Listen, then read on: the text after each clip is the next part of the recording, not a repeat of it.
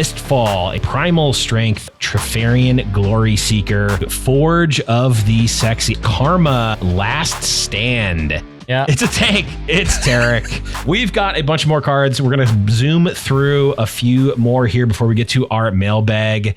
This one that we're going to start with is a gear card. It is Mistfall, a 3 energy gear in body, and says when you buff a friendly unit, you may pay 1 body power and exhaust this to ready it. This is another card that goes with Udyr and Sett and Lee Sin. Gives you that ability to, it doesn't give you buffs, but when you get buffs, you get a lot of value off of this one. Yeah, I mean, it combos with Arena Bar in a really unique way, but it costs a lot of power if you're going to do that with all of the units that you play. You're paying a power every single time to ready it. Powerful effect that requires 6 energy worth of gears, 6 energy, 2 cards to get on the board to get the engine going.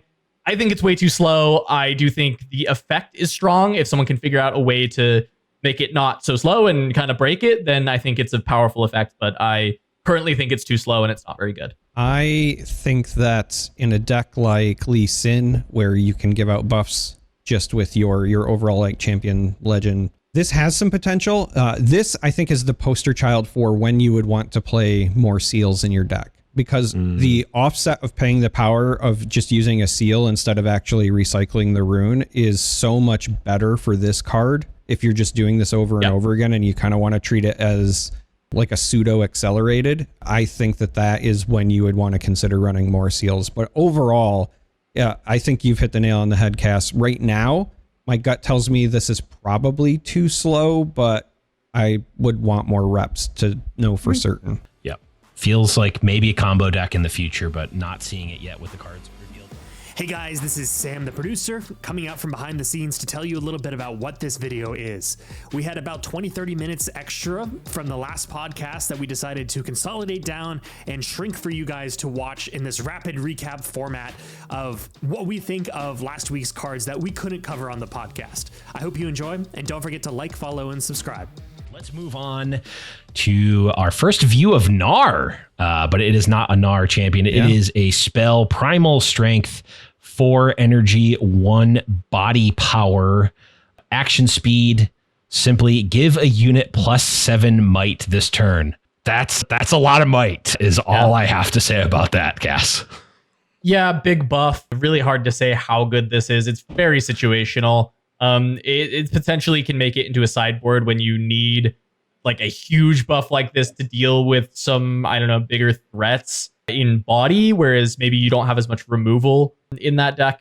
I'm thinking Lee Sin is maybe again the deck that maybe wants this to deal with, like, if Volibear is very strong and you just need something that's this huge. Depending on how your curve works for, you know, some of these mighty oriented decks, one of the things that jumped out to me about this is this takes units that are on the field that might not qualify for mighty and suddenly makes them mighty. So if that ends up being relevant, I could see some uses there. I will say, from my own personal standpoint, any body deck I'm playing will have at least one of these in it, because back when I played a lot more Magic the Gathering, any green deck I ran always had 1 Might of Oaks. That was like my calling card. Even if it was just in the sideboard, I ran 1 Might of Oaks. This is what this is. It's Might of Oaks. Let's not kid ourselves. And so I'm going to do the same thing with this. Yeah. When you can't hit face, big buffs like this are less exciting to me. So that's it. Yeah. True. We'll at some point do an episode when all the cards are revealed, looking at like what the different speeds of like removal spells and interaction are. And this will give that will give this a lot more context. Moving on, let's go to Trifarian Gloryseeker, 2 energy, 2 might unit here in order, right? Yep. Yes, in order. Yep. Yeah. I'm surprised I got that, to be honest. It's got Legion and says, when you play me, buff me. That's it. Yeah. Yeah. I mean, it's a way, if you have these ways to spend buffs, this is like one of the incidental buff units. It's like pretty good rate. Even if you're not spending the buff, it's like 2 resources for 3 power for like a common unit seems fine. And if you have ways to utilize the buffs, thumbs up. Yeah. I think 2 for 3 is completely fine. But however, because this is Legion, unless you're playing a seal on the turn or something like that, you're not getting the Legion on your first turn. So this is just like a 2 for 2 on the first turn, which is, I guess, fine. I guess that's okay. But then when you're playing it later, the 2 for 3 is way less exciting. So I'm kind of low on this card, but I agree with you. If the decks that can spend lots of buffs can play this, like, I mean, I know Sett can utilize this, but it's not really something you want to spend a power to revive. So we'll have to see. I'm low on this card initially, but it doesn't cost a power, which is very relevant as a turn 1 play. Yeah, I am in the same boat. I think that there's a chance it makes its way into a Sett deck depending on power curve and overall playability, but I'm kind of low overall just because it doesn't, it's just a unit that gets slightly bigger. It doesn't have any other use cases, right? So in Sett where maybe you get it back, it might then just give you kind of that longevity value, but outside of that, it just feels at the moment lackluster. But who knows? Maybe the Noxus or the Trifarian traits will matter in the future. That's also true. That's a really good call out. It at face value feels like a limited card, and it's also yet to be seen how big of a breakpoint 3 might is. That will also potentially be relevant. But let's move on here to Forge of the Future. We've got the 2. They're back, Blev. It's back. It's back. Stupid sexy Forge workers are back. Stupid Forge workers. 2 cost gear in order. It says when you play this, play a 1 might recruit unit token at your base, and you can also kill this to recycle up to 4 cards from your trash. No, Blevins. No. From trashes, not from your trash. From trashes. In the assessment of this. Perfect. Okay, sorry. Kill this, recycle up to 4 cards from trashes. Okay, went from like, I don't see the point of this to it's a graveyard hate card. Got it. It is a good sideboard card. Good sideboard card, yes. Yeah. Yep. I mean, immediately, I'll just like the use case that we see right now is if you're playing like a Victor deck or something that cares about recruits in order, and you think your Jinx matchup is not very good because the Immortal Phoenixes keep coming back and they're using Super Mega Death Rocket to explode you over and over, recurring it. You play this and you put those to the bottom of their deck when they get put in the bin. It is a really, really good way to get around the value engine of Jinx. And certainly there will be more ways in the past that people can play from their trashes, since we're seeing some in this base set. So this is kind of like a future proof. This is a Forge of the Future, forging your sideboard of the future to deal with graveyard decks. There we go. I got there. Yeah, that hit everything that I was going to say. Is that right now we don't have a ton of, graveyard hate, trash hate. I'm going to keep saying graveyard for a while. This is important for that, and it's nice that it doesn't just do that. You still also get the recruit, so it doesn't feel like entirely bad if it's not something that you can get the benefit of right away. So like in that matchup, if you draw this early and they haven't played a Death Rocket or a Phoenix yet, you still don't feel bad for at least deploying it early if you're stuck doing so or whatever. But again, if the Kog'Maw stuff that I think will likely be a thing in the future comes to fruition, this would be another great card for countering that. The trash is the really important part of this card. Definitely. It also, if there's ever a deck that wants to go through it itself, or if there's cards that have mirrored mill, this could be a win condition potentially. That's really out there. Anyway, let's move on to another champion we got. It is Karma Channeler, 6 energy, 1 order power for 6 might. Has vision, which is scry 1. If you're from Magic, look at the top card, you may recycle it of your deck. And it also says when you recycle 1 or more cards, buff a friendly unit. So Karma is the recycle lord, I guess, in Riftbound. I did not think that recycling was going to be something that we keyed off of, or like we're going to get additional benefits from, but it's kind of cool to see that, I guess. Yeah. I like that they're adding that in general. Recycling is good because when your deck empties, your opponent does get to score, and that can be the winning point. That is another way the winning point can come through. And so recycling is a way to kind of get around that. It's not that common that you'll end up with that situation, but if there's a lot more searchers or ways that you're milling, then that can happen. I like this as a buff engine. However, in the colors that like really want the buffs, this is order, so Sett is the one who wants the buffs. I don't see a ton of recycling there yet. So I'm curious if this is going to end up being like a staple in Sett or not, but I feel like we're missing some pieces for Karma to really know how good Karma is. This also could just be a hint of things to come, right? This could be the Chekhov's gun of a future Karma deck, right? We know Karma's not coming in set 1, but maybe when she does come out, she is recycle oriented and they already have this kind of built in for support. I will say this also helps the Forge that we just looked at. So I guess there's that, but I'm with you. It feels, I don't know, the buff synergy with what is, in my mind anyway, likely the token synergy just feels weird to me.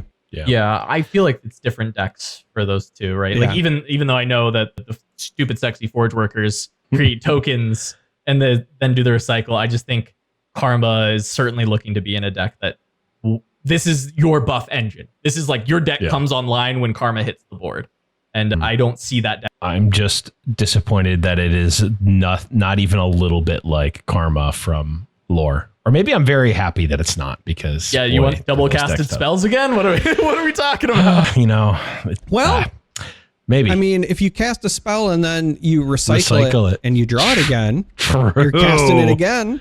Oh my God. Anyway, let's talk about one of the last cards that we're going to be talking about today. It is Last Stand. It is a spell. Hey, we get to see Poppy. 3 energy, 1 mind. Yes, it's not mind. Is it? Did I get mind, it right? It's calm. It's calm. Blue is mind. I said it and I knew it was wrong. 3 energy, 1 calm power. It is at action speed. It says double a friendly unit's might this turn. Give it temporary. I think this is the first time we've seen temporary. That says kill it at the start of its controller's beginning phase before scoring. Okay, it's not the first time we've seen it. Yeah, we've seen temporary with a Sprite's Call. I believe that was last you're week right. we talked about Sprite's Call. You're 100% right. The mind hidden card that gives you that 3/3 that's temporary, right? Okay. But this is another tool for the Calm toolbox. I feel like Calm has quite a large toolbox. Personally, I don't think this card is very good, but it does have some like decent. I want to say it doesn't actually help you hold because your unit dies before you score. It just kind of helps you clear some units off of a board, which is not bad. It's just that the downside is that this is a power. It costs 3 and you have to kill one of your units to do so. So I struggle to find where I'd want this over other spells that are more flexible. Well, it does kind of help you hold because it only kills the 1 unit, right? So you can have 1 giant unit that goes in and gets you the point, and then you put other units there, and it's still effectively can defend that point. It essentially means that your opponent would have to throw units into that point, and they would just die to the giant unit. That giant unit dies, and then anything that you have left over would still survive. So it kind of helps you hold a point. Well, so both players assign damage, so they would just assign damage to the smaller units on the point to kill them off. They can do that, but that is also like them destroying their own units to do that, right? Because you still have the giant unit. It will still deal damage. Well, of course. But this is the response. Like you get to play the last stand in response. I agree. It does but it doesn't help you hold, is what I'm saying. Is like you'll deny them a conquer. There is a situation where this is useful. We're kind of dancing around it, so I'll just point it out so that we can speed things up. Poppy's on this card for a reason. I think that this is good on tanks, because they're going to have to assign the damage to the tank first. Yeah. And so you play this on your tank, and if it goes from like a 4 to an 8, it's probably soaking the entire combat, and then whatever you have else there is going to survive. So Leona can play this on Shen. And we haven't talked about now Shen you're getting it. in a little bit here. So now we have to talk about Shen again. No, actually, you're actually so right, Charmer, and I actually have one more way that it can work out in your favor. Zonia's Hourglass. If you have Zonia's Hourglass as you're hidden there, you can decide to not activate it until the next turn and then activate it to stop the temporary unit from actually dying. Yes, it's still not going to get the hold because it'll go back to your base. But I think that that is another way that it can work Whereas I think that what Charmer said is actually the way that makes this card maybe quite good is if you have a lot of tanks, because then it's actually just strong. Yep. Also, because someone will point it out, I do now realize after reading the card that it only gets the doubled might for 1 turn, so it doesn't keep it for 2 turns. So okay, final card that we've got for today is a tank. Yeah, it's a tank. It's Taric. 4 energy, 1 calm power. Got there. For 4 might. It's got shield, which gives him 1 might while he's a defender, and has tanked, must be assigned combat damage first, and other units here have shield. It's just all the shield stuff. Give him a last stand. He'll protect the whole team, guess. Yeah, so overall, I was extremely low on Taric coming into recording this episode. I think that I was talking about how that 4-cost slot is so contested when you're playing a lot of the different green, like the different mind legends. You've got things like Sona, which is, it's your Teferi's, right? It's refreshing your runes. It's incredibly strong. You've got Leona, which is order, but of course that's, somebody who's combined with mind. I just think that 4 sometimes is a little bit contested. But this tank keyword, maybe I was a little too low on this keyword. Maybe this keyword is very good, especially since this is in the same color as Last Stand. So Charmer, I'll at least give Taric a try. I'll give him a shot. I'll see if he's any good. Yeah, I'll be honest. So I wasn't even thinking about the Last Stand thing until now when we started talking about it. But the spot that I was considering like a potential use case for him is in Ahri lists, because having tanks when you can protect that new blue Ahri who's just so good on controlling a point. If you have something else that's also forcing your opponent to send their damage that way as opposed to just cleaning her up, it just makes it that much harder for them to take that without like direct removal for the Ahri or something. So I don't know if that will be good enough, but that was where my mind immediately went for something like this, is that, if you've got an Ahri on 3 and then a Taric on 4, that's a hell of a point to try to take. I think also the fact that he Anthem +1s on defense for your team, while Ahri is like Anthem -1 to the opponent team, that's also, I think it's kind of, it starts to add up. It's funny because I wonder if it's like too much of a good thing, where it's like you're actually over indexing into this part of your game plan that you're already good at, where you kind of need cards that help shore up other weaknesses. But I don't even know if that's the case. I think this might just be like an absurdly strong thing to be doing in that deck, where you go Blue Ahri on 3, Taric on your next turn. And it curves out perfectly, even with the power cost of Ahri, right? Because if you go second, you play Ahri right away, you lose 1 energy, but then you go up to 4 runes. And yes, you'll go down to 3 afterwards, but you've got Taric and Ahri on the board. So I like that call out, Charmer. I think that's cool. I will point out that he has the same base stats and cost as Nocturne, which we consider a downside to drawing him. So that's something to... Yeah. He's got a lot more text than Nocturne does. Yeah, like Nocturne just has ganking once he's on the board. For sure. Base stats, you're right. It's base stats. As an attacker, he is equally bad to Nocturne. Yes. Well, actually, he's a little better because Tank still does stuff when you're attacking. But he's nearly as bad as Nocturne as an attacker. You need to be holding points for him to be any at all. He will help you get the winning point more often than Nocturne will. Maybe.